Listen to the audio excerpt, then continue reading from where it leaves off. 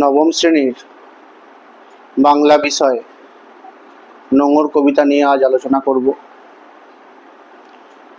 নোঙর কবিতাটি লিখেছেন কবি অজিত দত্ত।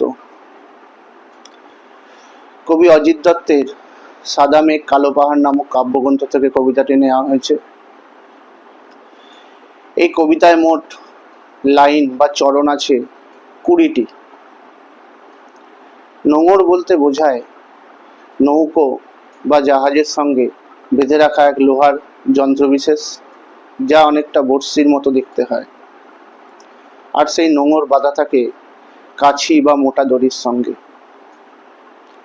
কবি এখানে বলতে চেয়েছেন যে তিনি সপ্তসিন্ধু পাড়ে পাড়ি জমাতে চান, কিন্তু তার ইচ্ছা থাকলেও তার জীবনের কর্মব্যস্ততায়, তার একঘেয়েমিতে তিনি কোনো না কোনোভাবে জীবনের কাছে বাধা পড়ে যান। অর্থাৎ নৌকো বা জাহাজ নদীর ঢেউয়ে ভেসে যেতে চাইলেও সে যেমন যেতে পারে না, তাকে তটের কিনারেই পড়ে থাকতে হয় সেই মোটা দড়ি বা কাছির সঙ্গে বাধা পড়ে। ঠিক কবির জীবনেও তাই ঘটেছে। কবি এই কবিতার মধ্যে দিয়ে মানব জীবনের ঘটনা প্রবাহকেই তুলে ধরেছেন। প্রতিটা মানুষেরই ইচ্ছে থাকে তাদের কর্মব্যস্ত জীবনের একঘেয়েমি কাটাতে সপ্তসিন্ধু পাড়ে পাড়ি জমাতে, কিন্তু তারা কোনো না কোনোভাবে জীবনের মধ্যে বাধা পড়ে যান। তাদের সেই জীবনের যে স্বার্থ, সমাজের সে নিয়ম, সেই নিয়মে তারা বাধা পড়ে তাদের সেই স্বপ্ন তারা পূরণ করতে পারেন না।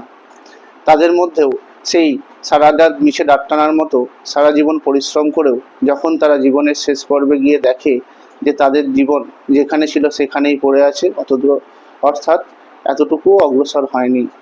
অর্থাৎ জীবন যে তিমিরে পড়েছিল সেই তিমিরেই রয়ে যায়। যতবারই মানুষ ইচ্ছে করে যে সে হয়তো তার খারাপ পরিস্থিতি থেকে ভালোর দিকে এগোবে, কিন্তু ততবারই দেখা যায় সেই নোঙর বা নৌকো বা জাহাজের মতো তার জীবন সেই গতিবিক্ষেপের কাছে বাধা পড়ে যাচ্ছে। অর্থাৎ ইচ্ছে থাকলেও মানুষ কিন্তু সেটা আর করতে পারে না। তাই সারা রাত ডাক টেনে যাওয়া তার কাছে মিছে বলেই মনে হয়, আর সপ্তসিন্ধু পাড়ে পাড়ি জমানো তার হয়ে ওঠে না। অর্থাৎ কবি এই কবিতার মধ্যে দিয়ে বাস্তবিক পক্ষে মানব জীবনের যে ঘটনা প্রবাহ, অর্থাৎ মানব জীবনও যে নোঙরের মতো কাছির সঙ্গে বাধা পড়ে আছে, সেই কথাই তুলে ধরতে চেয়েছেন। ভিডিওটি লাইক, শেয়ার এবং সাবস্ক্রাইব করে দেবে। ধন্যবাদ।